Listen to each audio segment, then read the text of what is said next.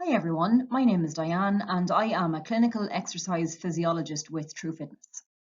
So today's mini physical activity and health workshop will focus on resistance training for middle-aged and older adults. And this will be particularly important for people who are trying to start on this resistance training journey. Okay, so we look at the impact of aging and physical inactivity on the size, strength, function and health of your muscle, the type and amount of resistance training that you should do for optimal health, the numerous benefits of resistance training for you, and of course, we'll finish on some practical advice and resources that we can give you to help you on your journey. Okay, so firstly, what is resistance training? So people typically think of resistance training as lifting weights or using some type of resistance band or something like that. But it's important to know that resistance training, you can actually do an awful lot of it with your own body weight. And in fact, that's what we will focus on mostly for this workshop and for the practical videos that we share with you after. So for example, squats and lunges and some abdominal work like the plank you can see in the picture there. So they're all resistance exercises and very, very effective. And so one of the principles I want to talk to you about today is called the FIT principle, FITT. And we often use it to prescribe exercise. So I just want to show you what it is. So F stands for frequency in terms of how many times a week should you do a particular type of training. And in this case, resistance training should be done at least twice a week. So if you can do it 2 days a week, that's a really, really, really good start. Intensity is I, and that really talks about how hard it should be or the level of effort or difficulty that it should be. And the recommendation is moderate to vigorous. So for example, if I, on a scale of 1 to 10, ask you how you feel when you're training, 1 being very little effort and 10 feeling like it's absolute maximal effort, you should be doing your resistance training between 5 to 8, which means you know you're doing it, but you can sustain it and it's not causing you major uncomfort. So it should be of a moderate intensity. T stands for time, and your resistance training session should last around 30 minutes. And the reason for that is because you need to train all of the major muscle groups of the body. And to do that, you're looking at about 8 to 10 exercises in total. And for each exercise, you're asked to do it a minimum of 8 to 12 times. So by the time you do that, it does take 30 minutes. And we can support this workshop with an actual home-based video for you of squats and lunges and things like that to help you understand what a resistance training session is and just how much you can do without any equipment and just your own body weight. And the type then is what type of resistance training you're going to do. So if you are a Care participant with us, we of course have this built into your online training class with us. But as I mentioned, you can also do squats and lunges and things like that. And also activities of daily living. So for example, walking up and down stairs is a really good form of resistance training. And very importantly, something we call a sit to stand exercise. And what that is you start off sitting in the chair and you move from that position to standing up straight and then back again. So you're basically going sit to stand and then back to sit. And we count that as 1 repetition. And the reason why this is so important is because as we get older, this is a really good marker of how functional we are and how prone we are maybe to being frail or having a fall or things like that. So you should have enough leg strength to be able to sit to stand without having to use your arms to help you. Now, of course, you can use your arms to help you. So, for example, put your hands on the arms of a chair to help you up, or even on your thighs. But ideally, with a period of training, and as you get stronger, you should be able to have the leg strength to do that and do it very, very well. So even practicing sitting to standing during your day is a really, really good form of exercise and actually incredibly important for your health. That's something that I will talk about more because it's just so important. And if anyone is doing aqua aerobics or aqua training, the resistance that the water offers as you move through it is really, really good. that's a good, nice way to start if you happen to be doing some, or happen to like water, we'll say. So there's lots of different things that you can do, and it's just really, really important to know that anything you do is better than nothing. So FITT stands for the frequency, intensity, time, and type, and that is what is recommended for you per week in terms of resistance training.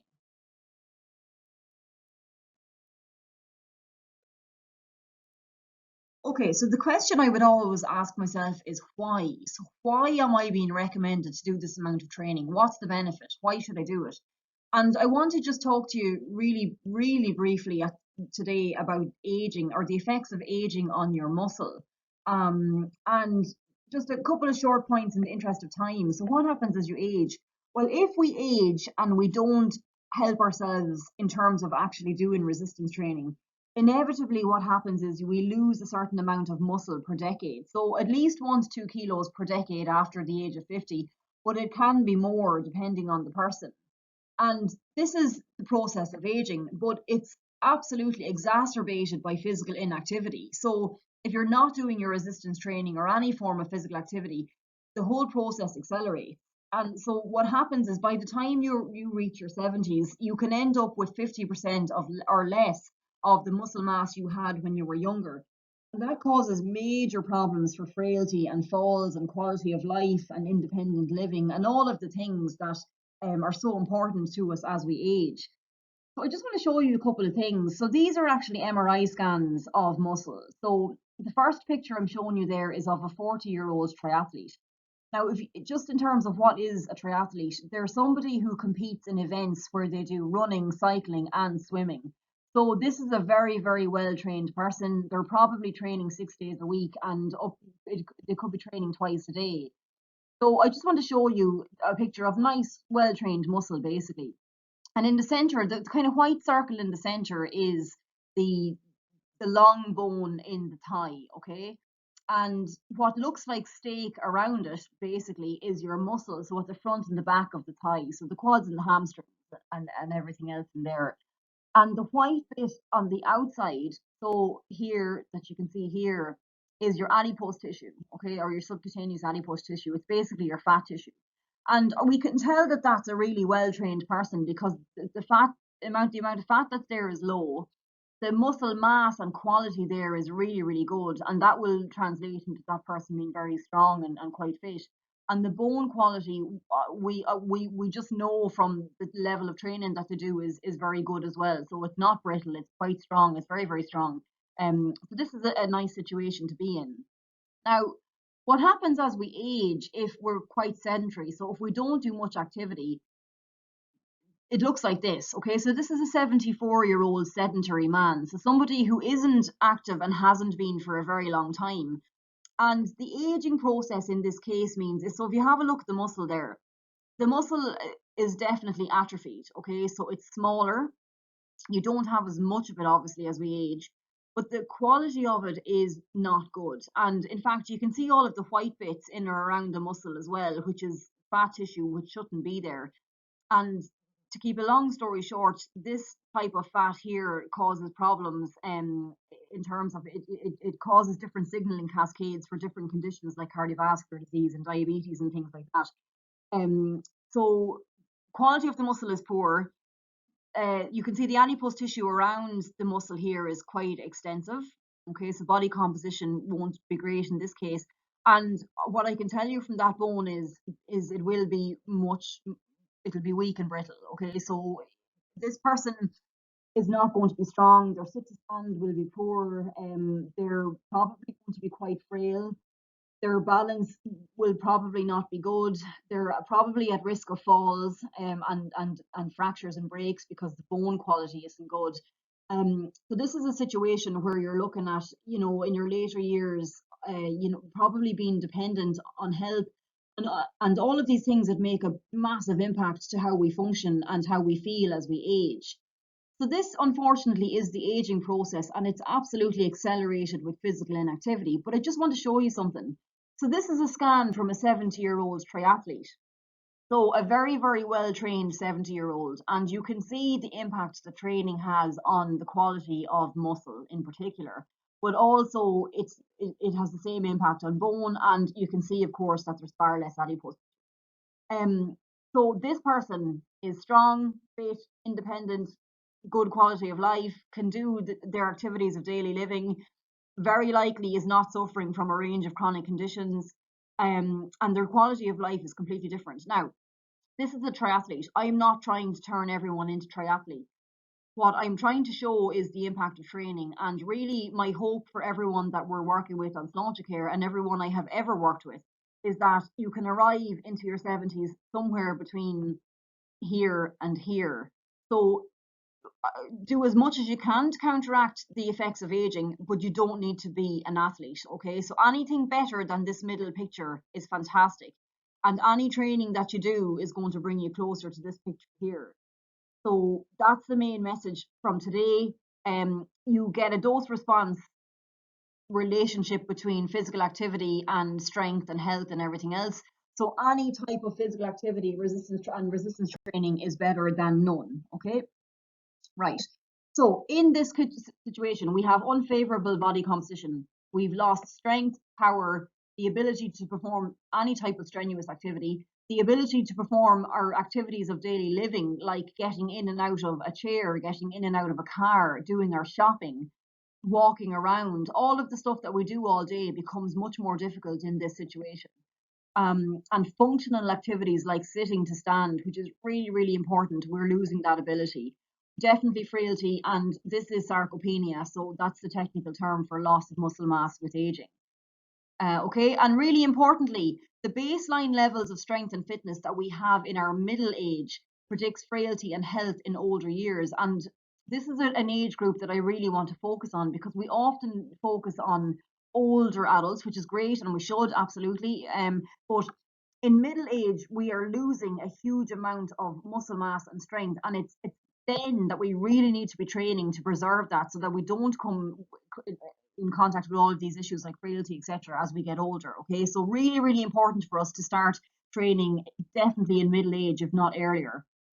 Okay, so the benefits of resistance training basically are that they counteract the effects of aging and physical inactivity. So they slow the physiology of aging, increases muscle size, strength, and power, increases muscle function, importantly increases bone density, so the thickness and strength of the bone as well. That's very much a consequence of resistance training. It increases glucose uptake in muscles. So what we've done is we pulled out all of the clinical conditions that exist, and we're trying to give the benefits in relation to those conditions, because there's just so many. We're just trying to zone in on some of them. So resistance training increases glucose uptake in muscles, meaning that it helps to lower your blood sugar, it improves your metabolic health, and it is really important to help prevent, treat, and manage type 2 diabetes if you have it or are at risk of it. For sure, because of the strength and everything else that you get, it improves your balance, it decreases your risk of falls, increases your quality of life, decreases depression and anxiety, and it increases your functional independence as we age. These are just the benefits I could fit on the slide. There are so much more. Okay, so it's a major predictor of health, independence, and quality of life in later years. So you can't go wrong with resistance training, and any bit you do, you'll benefit from. So we usually finish our mini health workshops with a bit of health homework, and that is write down how many minutes of resistance training you currently do per day for 1 week. So if you're training with us on Care, you can count each training session with us as 20 minutes, because the rest is made up of aerobic exercise, flexibility, and balance. Okay. Do you meet the recommendations for health? If you don't, are there any opportunities in your day or your week where you can increase the amount of resistance training that you do? Okay.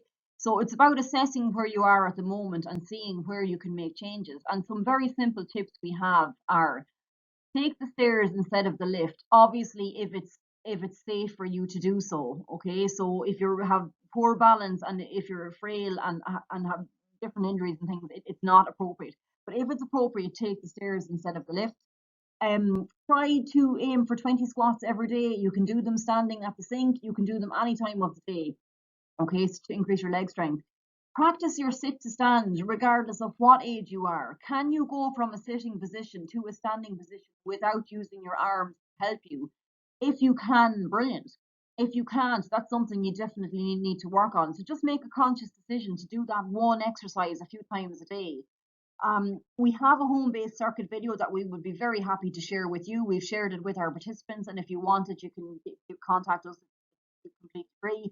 And we also have a lovely beginners core and back strength video as well to help with strength training there. So if you'd like to avail of that, just think of all of the health benefits you will get from adding a little bit of resistance training into your week.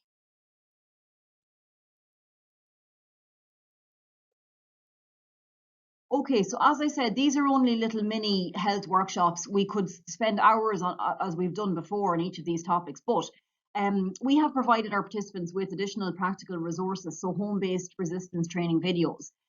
If you're not part of our Sláinte Care study but would like to avail of these free resources, please let us know and we would be delighted to send them out to you. They're appropriate for all levels and all abilities. That's the beauty in them.